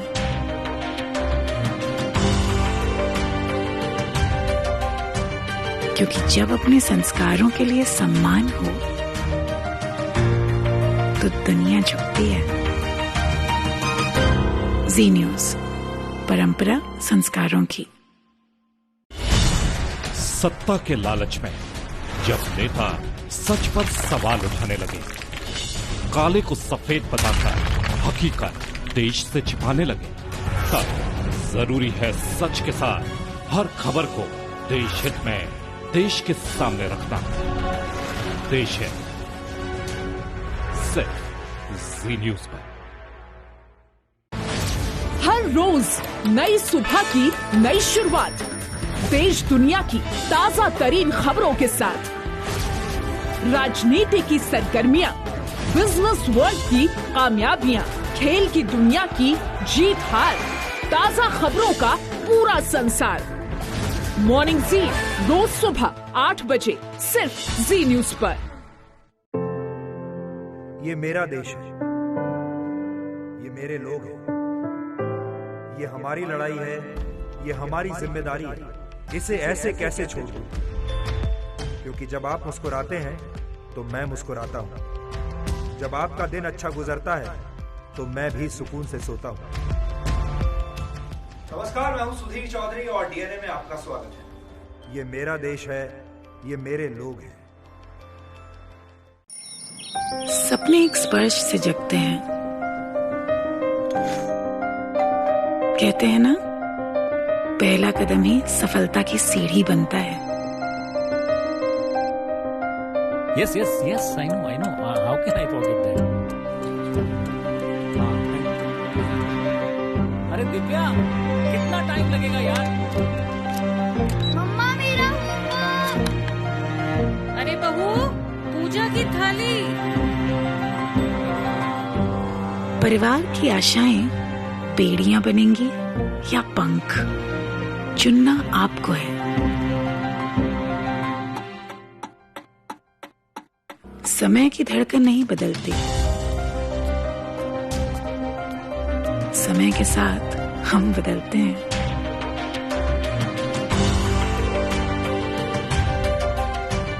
क्योंकि जब अपने संस्कारों के लिए सम्मान हो तो दुनिया झुकती है। जी न्यूज, परंपरा संस्कारों की। सत्ता के लालच में जब नेता सच पर सवाल उठाने लगे, काले को सफेद बताकर हकीकत देश से छिपाने लगे, तब जरूरी है सच के साथ हर खबर को देश हित में देश के सामने रखना।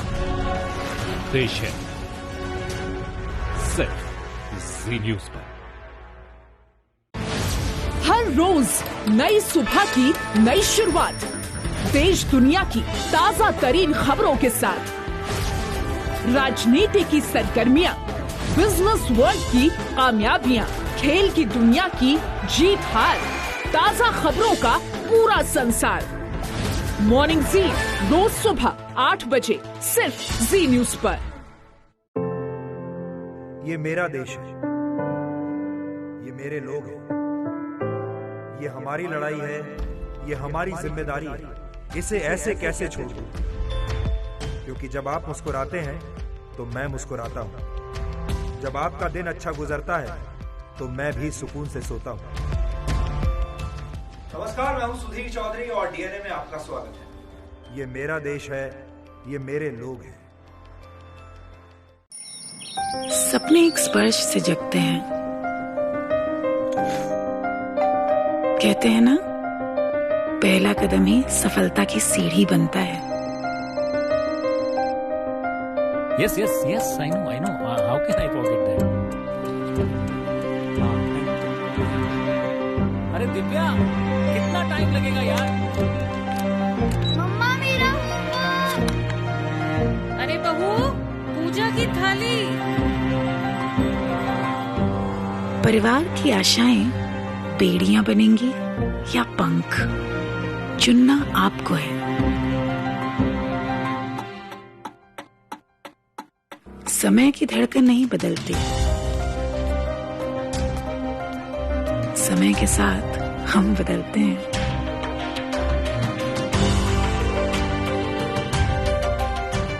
क्योंकि जब अपने संस्कारों के लिए सम्मान हो तो दुनिया झुकती है। जी न्यूज, परंपरा संस्कारों की। सत्ता के लालच में जब नेता सच पर सवाल उठाने लगे, काले को सफेद बताकर हकीकत देश से छिपाने लगे, तब जरूरी है सच के साथ हर खबर को देश हित में देश के सामने रखना। देश हित सिर्फ जी न्यूज पर। हर रोज नई सुबह की नई शुरुआत, देश दुनिया की ताजा तरीन खबरों के साथ, राजनीति की सरगर्मियां, बिजनेस वर्ल्ड की कामयाबियां, खेल की दुनिया की जीत हार, ताजा खबरों का पूरा संसार। मॉर्निंग जी रोज सुबह 8 बजे सिर्फ जी न्यूज पर। ये मेरा देश है, ये मेरे लोग हैं, ये हमारी लड़ाई है, ये हमारी जिम्मेदारी है। इसे ऐसे कैसे छोड़ दूं? क्योंकि जब आप मुस्कुराते हैं तो मैं मुस्कुराता हूं। जब आपका दिन अच्छा गुजरता है तो मैं भी सुकून से सोता हूं। नमस्कार, मैं हूं सुधीर चौधरी और डीएनए में आपका स्वागत है। ये मेरा देश है, ये मेरे लोग हैं। सपने एक स्पर्श से जगते हैं। कहते हैं ना, पहला कदम ही सफलता की सीढ़ी बनता है। Yes, I know. How can I forget that? अरे दिव्या, कितना टाइम लगेगा यार? मम्मा मेरा होमवर्क। अरे बहू, पूजा की थाली। परिवार की आशाएं बेड़ियां बनेंगी या पंख, चुनना आपको है। समय की धड़कन नहीं बदलती, समय के साथ हम बदलते हैं।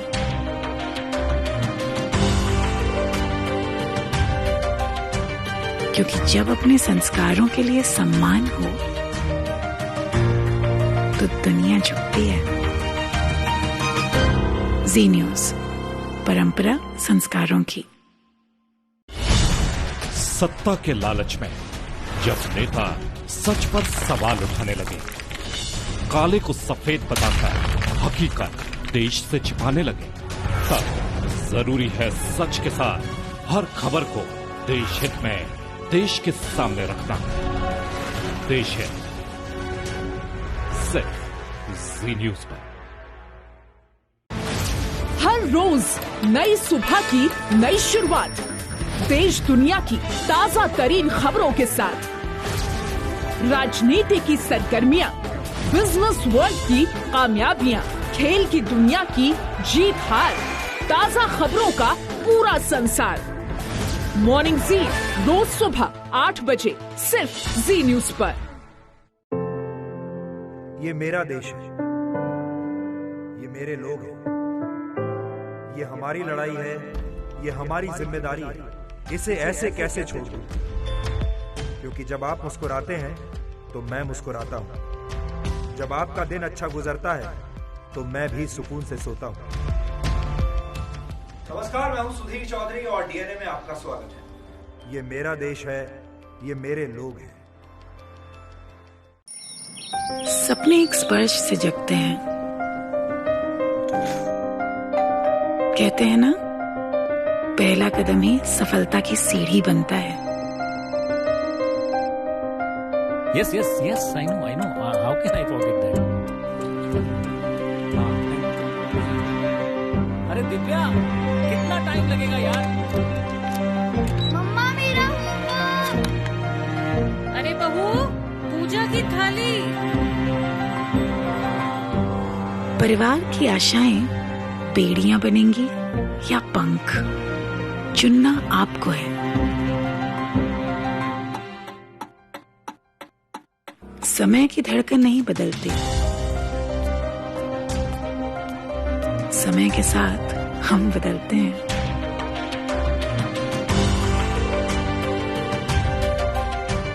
क्योंकि जब अपने संस्कारों के लिए सम्मान हो तो दुनिया झुकती है। जी न्यूज, परंपरा संस्कारों की। सत्ता के लालच में जब नेता सच पर सवाल उठाने लगे, काले को सफेद बताकर हकीकत देश से छिपाने लगे, तब जरूरी है सच के साथ हर खबर को देश हित में देश के सामने रखना। देश हित सिर्फ जी न्यूज पर। हर रोज नई सुबह की नई शुरुआत, देश दुनिया की ताजा तरीन खबरों के साथ, राजनीति की सरगर्मियां, बिजनेस वर्ल्ड की कामयाबियां, खेल की दुनिया की जीत हार, ताजा खबरों का पूरा संसार।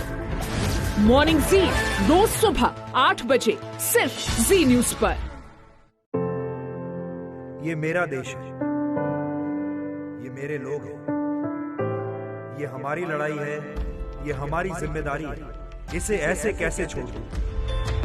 क्योंकि जब आप मुस्कुराते हैं तो मैं मुस्कुराता हूं। जब आपका दिन अच्छा गुजरता है तो मैं भी सुकून से सोता हूं। नमस्कार, मैं हूं सुधीर चौधरी और डीएनए में आपका स्वागत है। ये मेरा देश है, ये मेरे लोग हैं। सपने एक स्पर्श से जगते हैं। कहते हैं ना, पहला कदम ही सफलता की सीढ़ी बनता है। Yes, I know. How can I forget that? अरे दिव्या, कितना टाइम लगेगा यार? मम्मा मेरा होमवर्क। अरे बहू, पूजा की थाली। परिवार की आशाएं बेड़ियां बनेंगी या पंख, चुनना आपको है। समय की धड़कन नहीं बदलती, समय के साथ हम बदलते हैं।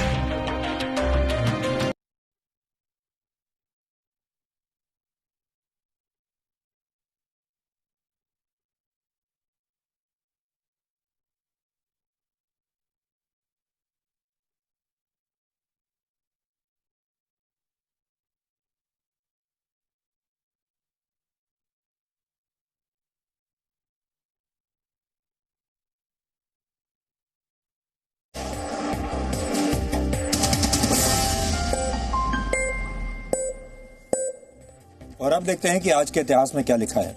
फादर ऑफ डिक्शनरी कहे जाने वाले सैमुअल जॉनसन का जन्म आज ही के दिन वर्ष 1709 में इंग्लैंड में हुआ था।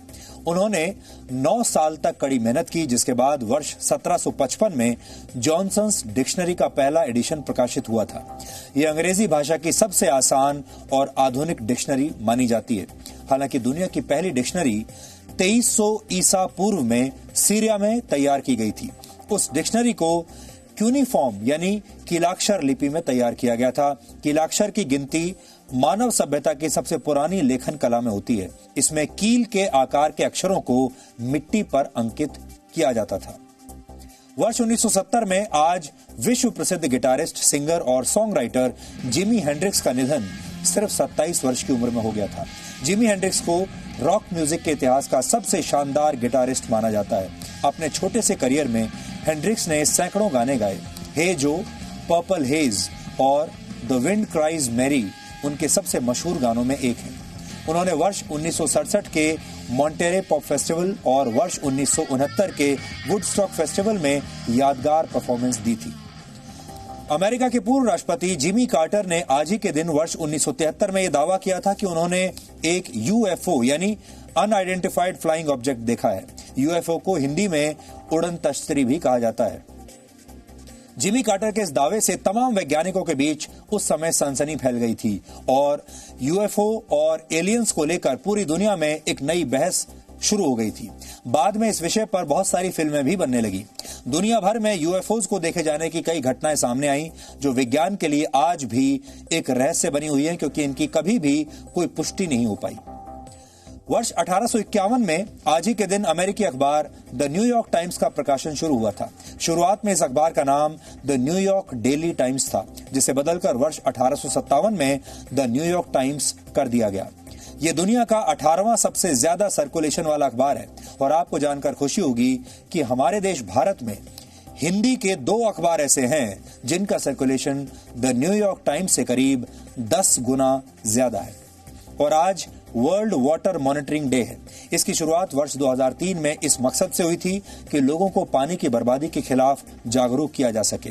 पृथ्वी का 71% हिस्सा पानी से घिरा हुआ है, लेकिन यहाँ पीने लायक पानी सिर्फ 1% ही बचा है। नीति आयोग की एक रिपोर्ट के मुताबिक वर्ष 2020 तक भारत के कम से कम 21 शहरों में भूमिगत जल पूरी तरह से समाप्त हो जाएगा। इसके अलावा वर्ष 2030 तक भारत की 40% आबादी को पीने लायक शुद्ध जल नहीं मिल पाएगा। इस समस्या के समाधान के लिए लोगों में जागरूकता बहुत जरूरी है। तो डीएनए में आज इतना ही। अब आपसे हमारी मुलाकात होगी कल रात 9 बजे। तब तक आप खुश रहिए, सुरक्षित रहिए, स्वस्थ रहिए। और हम आपका बहुत धन्यवाद करना चाहते हैं कि आपने हमारे हैशटैग फार्मर फर्स्ट को नंबर 1 ट्रेंड बना दिया है। ये एक बहुत बड़े सामाजिक बदलाव का प्रतीक है। अगर आपने किसानों को अपना नायक मानना शुरू कर दिया तो किसान और देश दोनों की स्थिति सुधर जाएगी। नमस्कार।